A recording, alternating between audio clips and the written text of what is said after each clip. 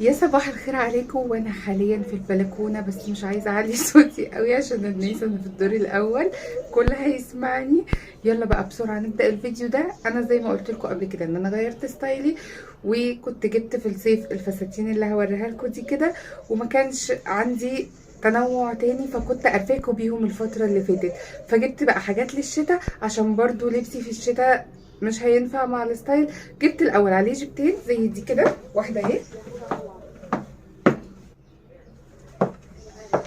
جبت الجيبه دي، وجبت واحده تانية اللي هي الكلوش بتبقى واسعه قوي، وجبت كام دريس كده عايزين نشوفهم مع بعض واوريه لكم واخد رايكم فيهم. بس انا لسه ما جبتلهمش طرح فهقيسهم لكم دلوقتي، وبعد لما اجيب الطرح بقى هتلاقوني طالعه لكم بيهم وهقرفكم بيهم برده عشان هم كام طقم اللي عندي، لحد ما اظبط الحاجات اللي عندي على جيب زي كده ومشي الدنيا. وكل لما ربنا يكرم كده ازود حاجه في الدولاب ودولي ان ربنا يثبتني على اللي انا فيه.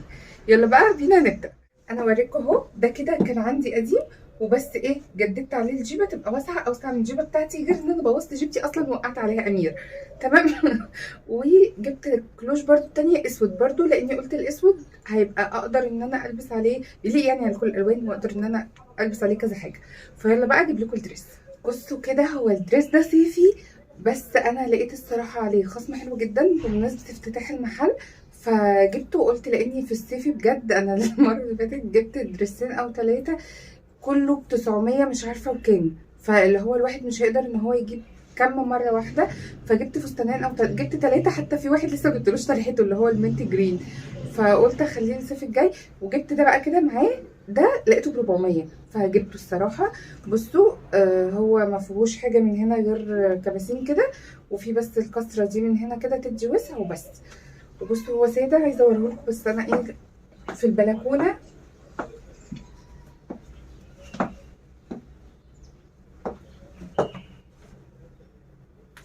انا مش عارفه هو لونه مدي معاكم ايه، هو كشمير اوكي، فانا مش عارفه هو بقى طالع لكم لونه ايه في الفيديو، بس هو لونه كشمير، مش عارفه هيبان لكم ولا لا، بس ايا كان. والكم بتاعه طويل، ده اهم حاجه عندي، ومقفول بكبسوله ان انا لما ارفع ايدي ما تبانش، لاني كان عندي مشكله في عبايه كانت عندي كانت كمها كده غير انها واسعه وحاجات كده. فالمهم ان ده اهو ايه عجبني، وليه كمان جبين، ده ميزه حلوه جدا بحبها. وبس كده، ايه رايكم؟ قولوا لي رايكم. طبعا لسه طويل جدا للارض عايز يتعمل، وهروح بقى اجري اجيب لكم التاني عشان هيتدهول ده مني وانا في البلكونه زي ما انتم عارفين، ومش البلكونه ما عملتهاش قبل ما اجي اصور لكم فيها فمتدهوله. ماشي. بصوا بقى الجيبه باينه من تحت وايه شياكه، هروح اجيب التاني واجي. طبعا لبست عليه طرحه بيضه بس عشان ايه لسه ما جبتلوش طرح، فقلت حاجه تليق معاه بس وخلاص. بالمناسبه المحل اللي جبت منه اسمه يشمك للعبايات او عبايات يشمك اهو، دول اللي باقيين غير اللي عليا دي اوكي. هروح بقى البسهم لكم واجي على طول. بصوا هي برضو الطرحه بيضه، انا جايبه الطرحه البيضه عشان تنجزنا في الحوار وعلشان خاطر هي لون محايد بس مش اكتر، لكن هي برضو مش بتاعه الطقم. يلا نشوف.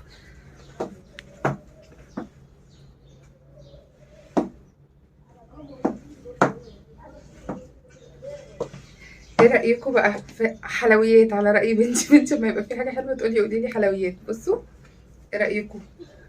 ده عجبني قوي ان هو قماشته هي شتويه بس خفيفه، اللي هو مش تحس ان انت لابسه تهمه عليكي، او في الايام اللي هي ايه دخلت الشتاء ايام زي كده ولابسه من تحتها بادي كارينا. بعد كده في اخر الشتاء، اصل احنا عندنا ما فيش الشتاء القوي ده غير كام يوم كده، وجايبه لهم اللي بعده. بس قولوا لي ايه رايكم في ده اهو. قماشته مريحاني جدا، طوله مظبوط بالظبط، بس انا حاليا عشان لابسه هيلز فرافعني شويه فممكن تحسوه اقصر شويه، لكن هو على خلاص يا عم عايزين نصور في البلكونه استحملوني ماشي. انا حاليا لابسه هيلز فرافعني شويه عن الارض، لكن بالفلات عادي طوله مناسب جدا على الارض. هوريهولكم برده.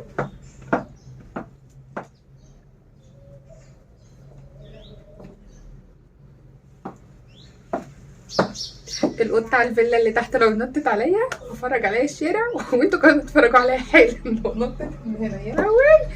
يلا بسرعه خلصوا الفيديو ده. بصوا بقى في ايام البرد وفي ليالي الشتاء، بصي ست فيروز تعالي. بصوا اهم حاجه طبعا الجبين دول اهم حاجه عندي.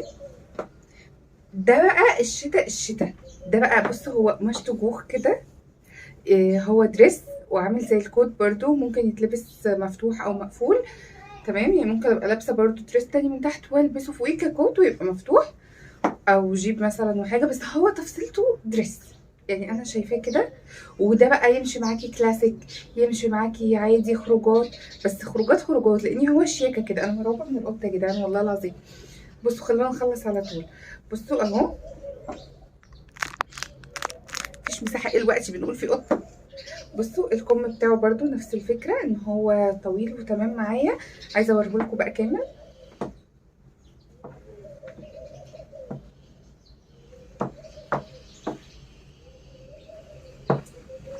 ايه رايكم؟ ده مع اكسسوارز كده وشنطه وبتاع، هيبقى يمشي معاكي جدا في الشتاء كمناسبه او فرح او حاجه.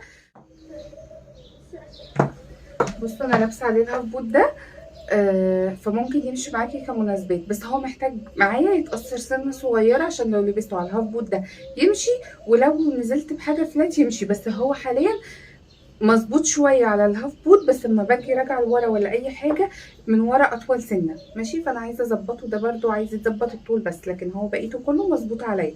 عايزة أوريكم معاه طرحة تانية بس ماشي، وقولوا لي ده هل محتاجة أشتري له طرحة ولا الطرحة دي ماشية معايا. دي واحدة هي، بس طبعا لفتها مش مظبوطة خالص. طبعا انا طبعا اللي انا عملته ده غلط جدا جدا، مش محدش يعمله.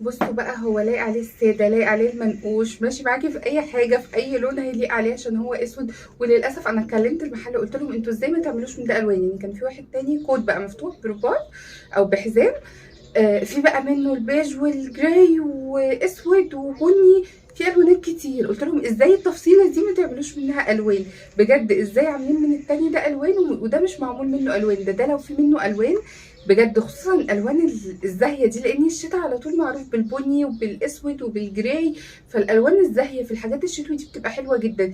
يعني مثلا اللون الليموني، اللون الموف، الازرق، حتى لو جراي وبيج، بس اعملوا منه الوان يا جماعه، ليه اسود بس؟ بجد عجبني جدا تفصيلته، مع اني كنت حابه ان انا ابعد عن الاسود بس عشان بحب الالوان كده والبهجه، بس خلاص عجبني فخلاص، اسود اسود اوكي.